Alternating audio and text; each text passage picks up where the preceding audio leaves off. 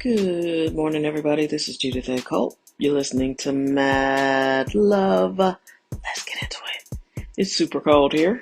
A very chilly St. Louis morning, but I want to move to Toronto, so I guess I just got to get used to the cold.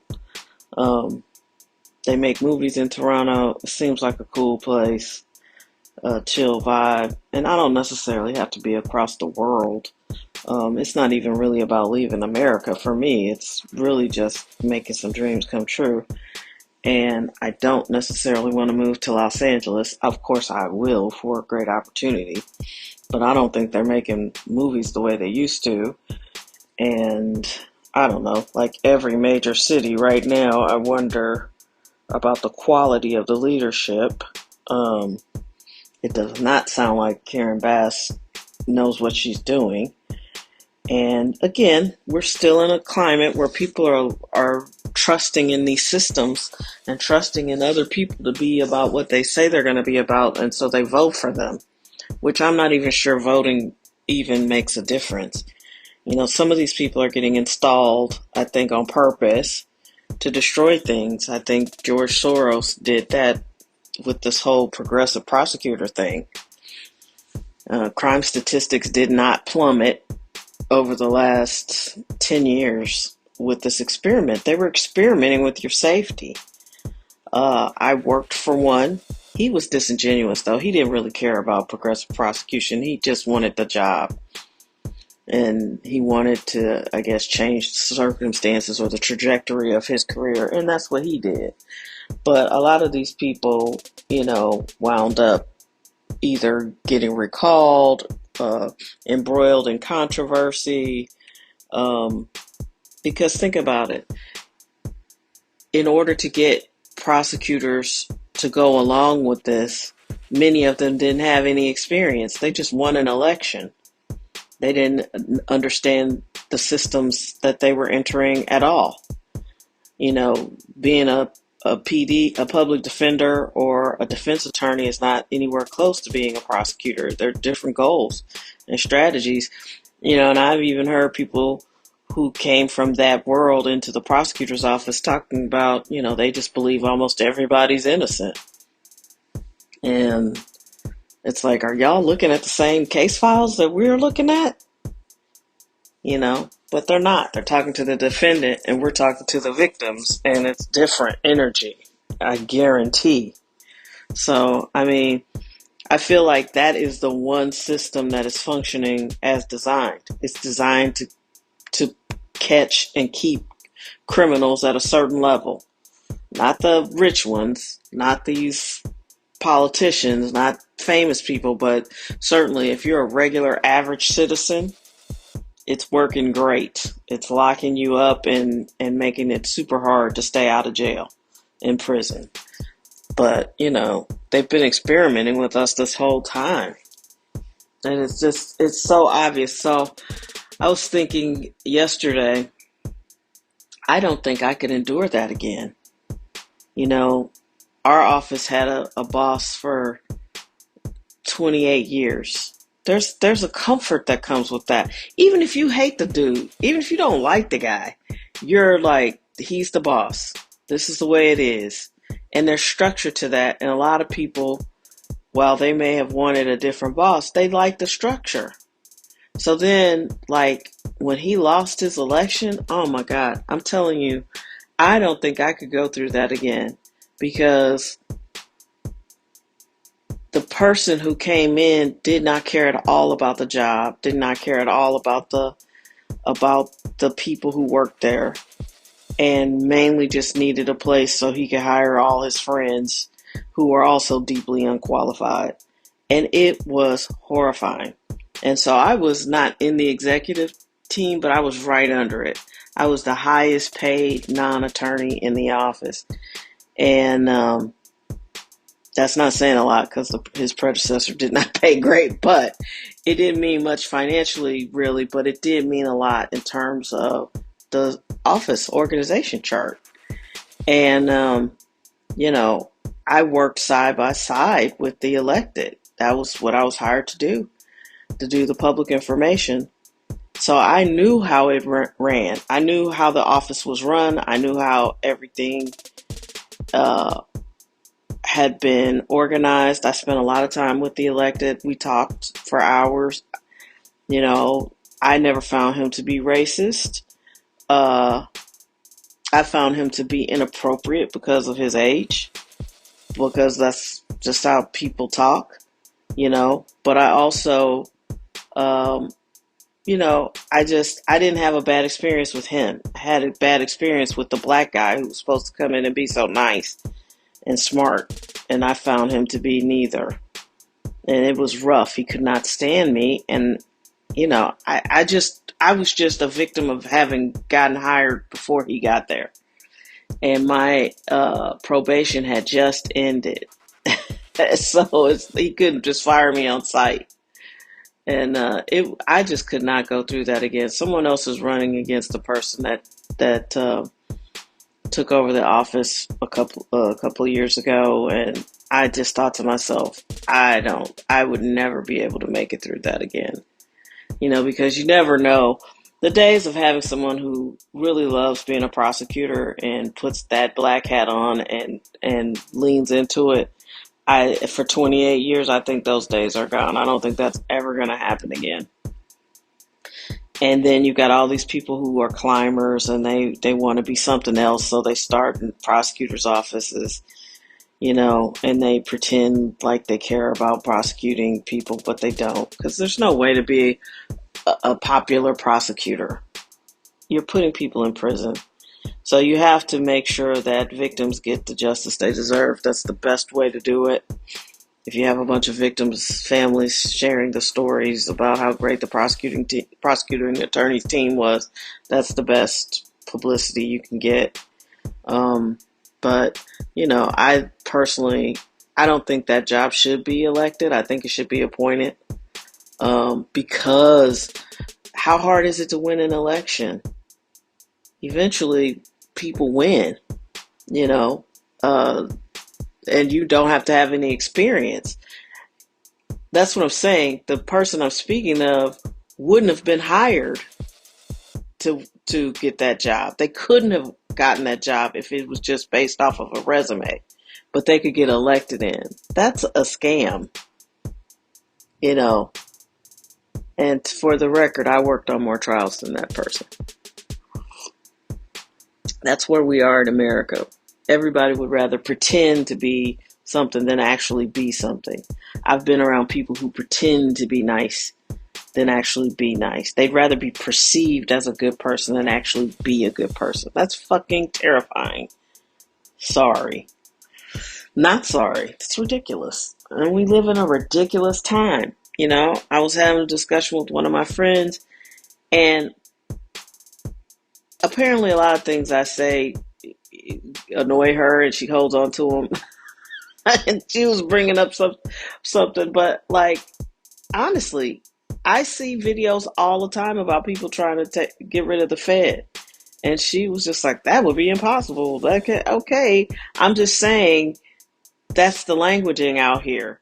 And as long as Trump is here doing the bidding of whoever he's doing the bidding of, if people wanted to get rid of the Fed, they would. He's talking about getting rid of taxes. You know what I'm saying? So, like, just the idea that it could never happen. So here's the difference between me and a lot of people. I know crime happens. I know it happens all the time. I know anywhere I'm sitting, someone could come in and shoot the place up. It's not that I am not afraid that would happen. I know it can happen. I just spend my time not worrying about it. But I know it can happen. You know what I mean? Like, and I don't spend a lot of time being afraid of it happening. There are a lot of people, and I try to play the probabilities. I try to stay in areas that don't report that kind of crime activity. And I also try to position myself near the doors. I don't have my back to too many doors.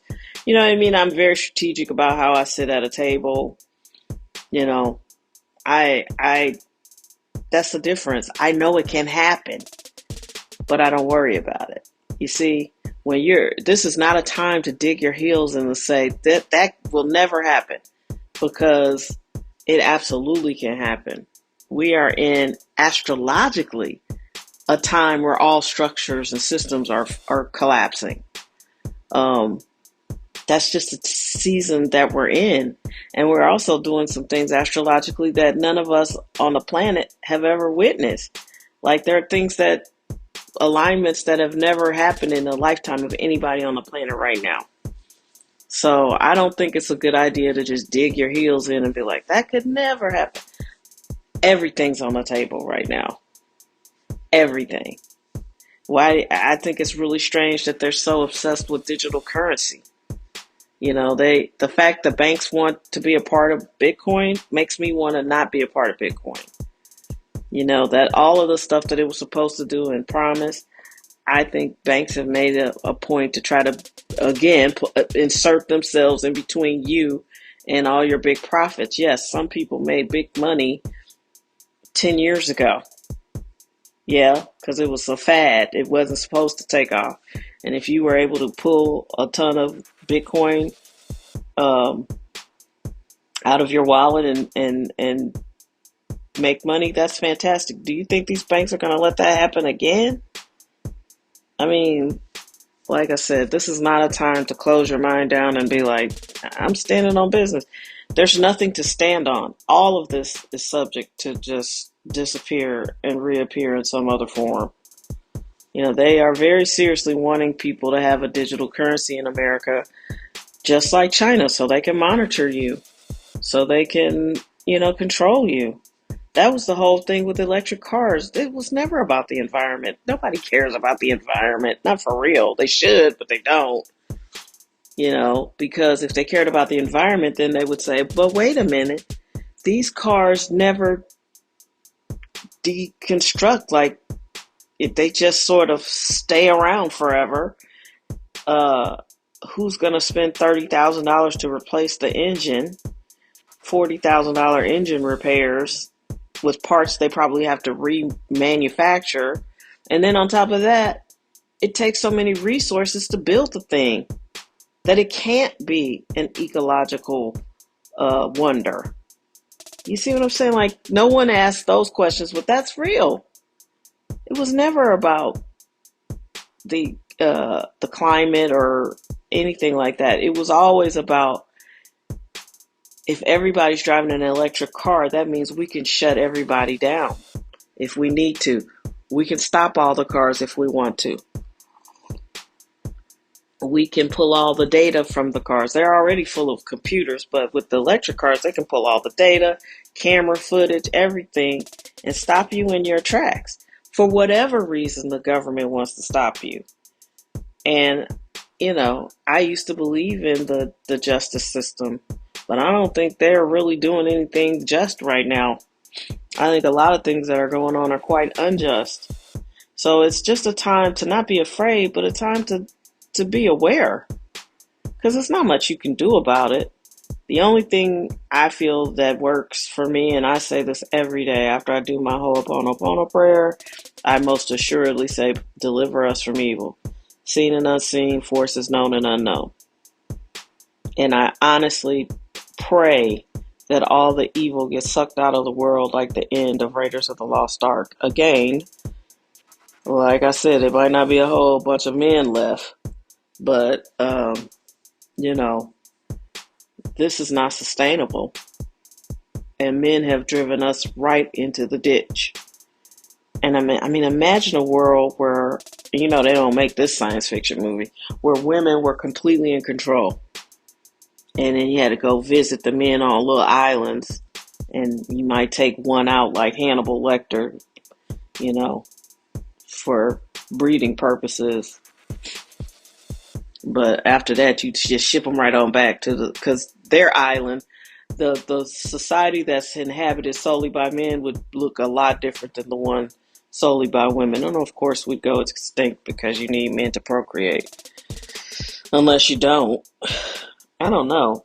Menopause gives you a whole different perspective on the world. Once you get there, and I love men. No one has apologized more for men's bad behavior than me.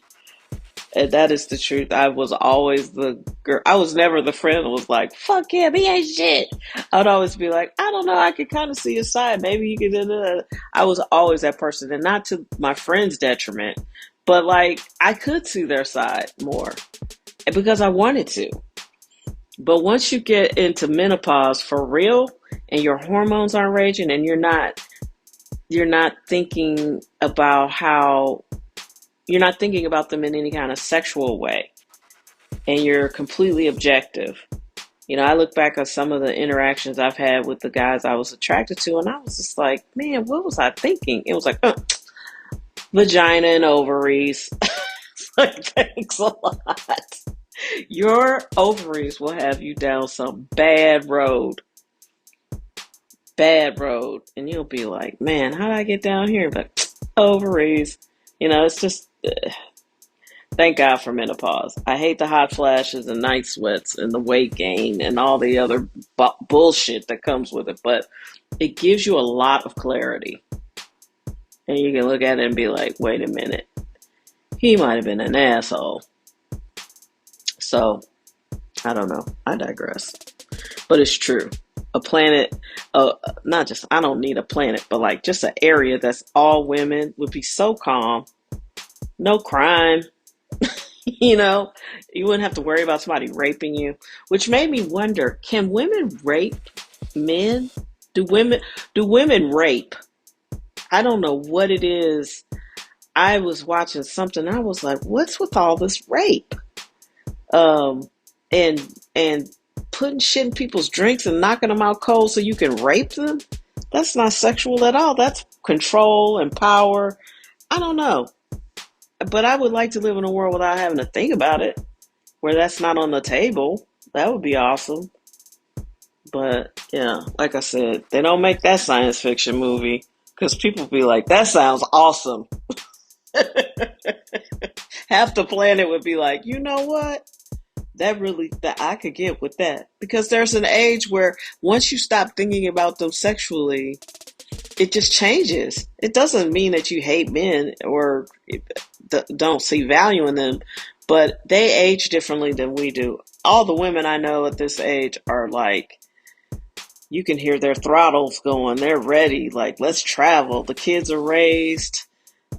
If they're divorced, the divorces have happened. They're ready to go live their best lives.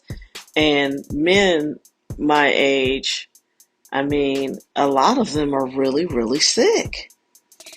Guys that I would consider in my age range to be partnered with, a lot of them are really not healthy. Really not healthy. I can think of 3 examples right now, and only one of them is married. So, I mean, and that kind of was like the way it was with my dad. By the time he divorced my mom and married his third wife, my stepmother who took care of him, he got really, really sick. He was very sick, probably the majority of their time together. I don't know. This is an interesting world. I didn't feel like I had that much to talk about, but we're already 18 minutes in. Listen, it's a full moon lunar eclipse today. The moon is going to turn blood red. This is the 3-3 portal.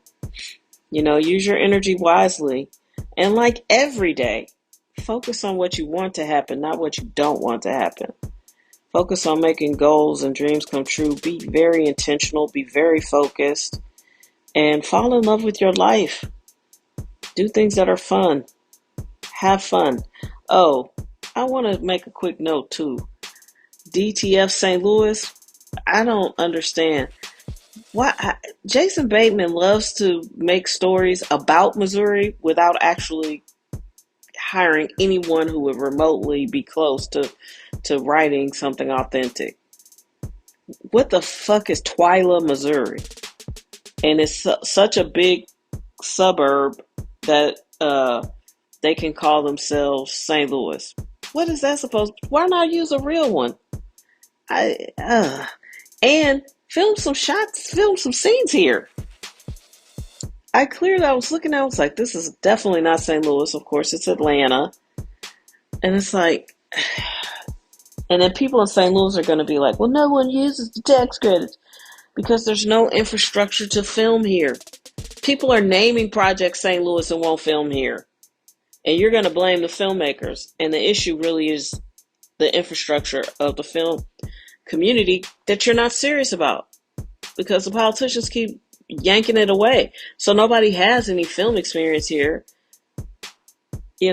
So why would they want to film here when they'd have to bring everybody? You can say, I'm filming in Atlanta and get crewed up in Atlanta. You'd have to bring your crew here. Ridiculous.